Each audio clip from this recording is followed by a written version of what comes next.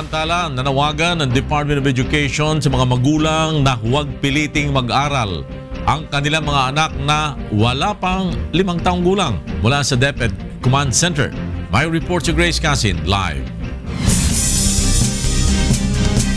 Yes, Grace. Yes, magandang tanghali sa I4. Nangunguna pa rin sa mga reklamo at tanong na natatanggap dito sa DepEd Command Center ay ang issue ng kindergarten age requirement.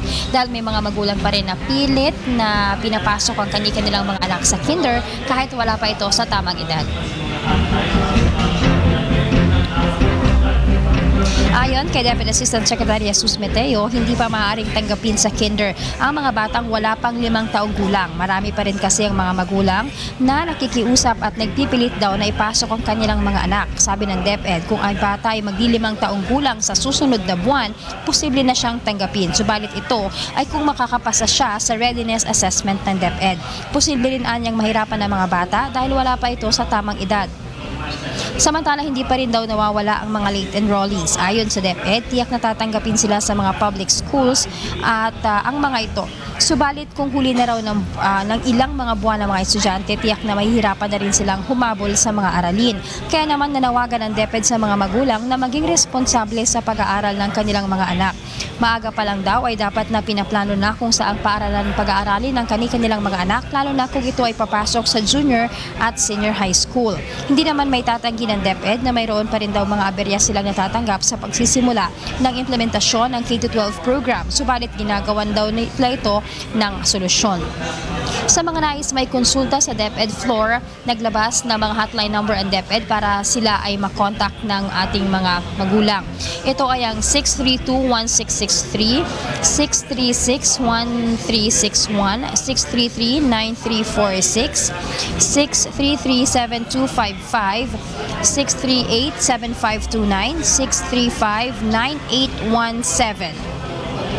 632-1665 at 633-2120. Ang kanilang cellphone number sa mga nais naman na mag-text ay 0919-456-0027. Ang kanilang email address ay action@deped.gov.ph. Sa mga gumagamit naman ng mga social networking sites, ang kanilang Facebook account ay DepEd Philippines at ang kanilang Twitter ay @DepEd_PH. Sa mga nais may konsulta sa senior high school, ang kanilang hotline ay 667-118 at ang kanilang email address ay shshelpdesk@deped.gov.ph. Floor, ayon sa DepEd, maliban sa mga contact numbers na yan kung saan sila pwedeng makontak, ay maaari din sila tumanggap ng mga walk-in.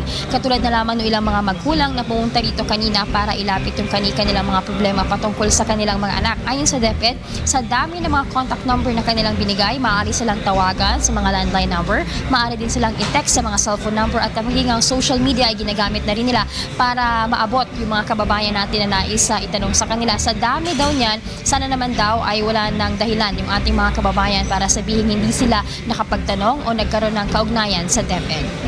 Floor? Maraming salamat sa Grace Casin. Nagulat mula sa Department of Education Command Center.